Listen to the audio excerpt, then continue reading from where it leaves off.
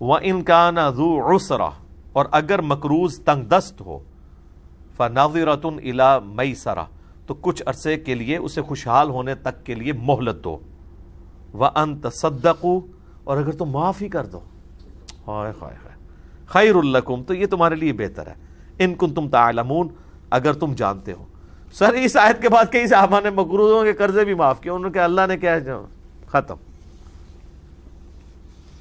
تو اللہ تعالیٰ ہمارا اگر معاف کرو گے تو اس کا اجر میں تمہیں دوں گا, اور اگر کوئی مقروض ہے وہ قرضہ نہیں اتار سک رہا تو خوشحالی ہونے تک انتظار کرو, اسے مہلت دو.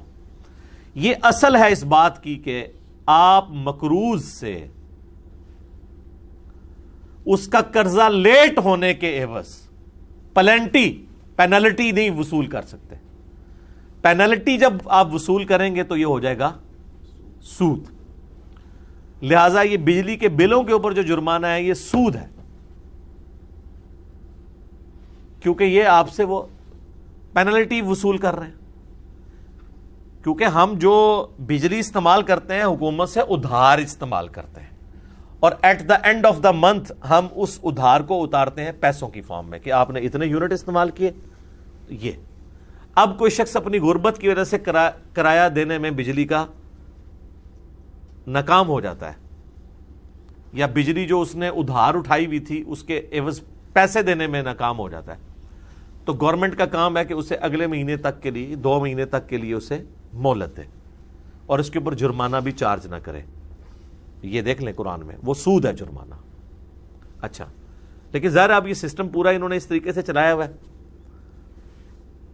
تو کوئی فرق نہیں پڑتا اگر جرمانہ نہ ڈالیں. تیسرے مہینے تو ویسے ہی بجلی کاٹ دیتے ہیں, تو بجلی کاٹ دیں نا, بجلی کاٹ دیں کہ یعنی اب ہم تمہیں ادھار نہیں دیں گے, تم پچھلا ادھار نہیں اتار سکے تو ہم تمہارا میٹر کاٹ رہے ہیں, تو وہ ٹھیک ہے بالکل صحیح ہے, لیکن جرمانہ نہ ڈالیں.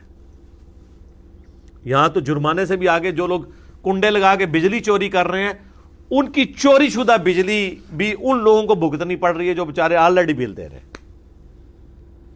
تو یہ تو ظلم ہے نا.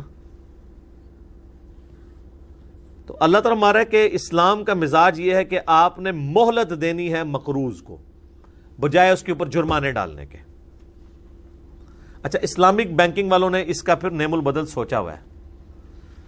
وہ قرضہ لیٹ ہونے کے اوپر سود نہیں ڈالتے, لیکن انہوں نے ایک اور تلوار لٹکا دی ہے کہ پیسے آپ سے لیں گے لیکن وہ ڈائریکٹلی اسٹیٹ بینک کے چیریٹی فنڈ میں جائیں گے.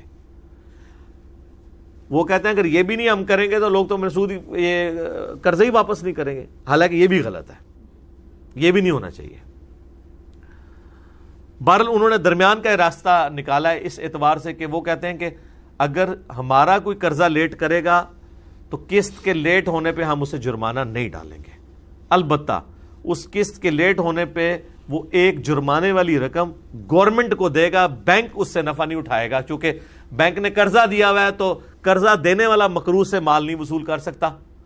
تو وہ کہتے ہیں کہ وہ گورنمنٹ کا جو چیریٹی فنڈ ہے جس میں زلزلہ زدگان کے لیے, سیلاب زدگان کے لیے, غرباء کے لیے مال ہوتا ہے, وہ اس میں چلا جائے گا. اگرچہ یہ بھی غلط ہے لیکن بہرحال یہ غلط اس لیول کا غلط نہیں ہے کہ ڈائریکٹ بینک ہی کھانا شروع کر دے.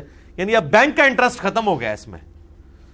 بینک کو تو کوئی فائدہ نہیں ہے اگر آپ قرضہ لیٹ کر رہے ہیں, باقی بینک کو تو ہو جاتا ہے فائدہ کہ ان کو پیسے ملتے ہیں, ان کو کوئی فائدہ نہیں.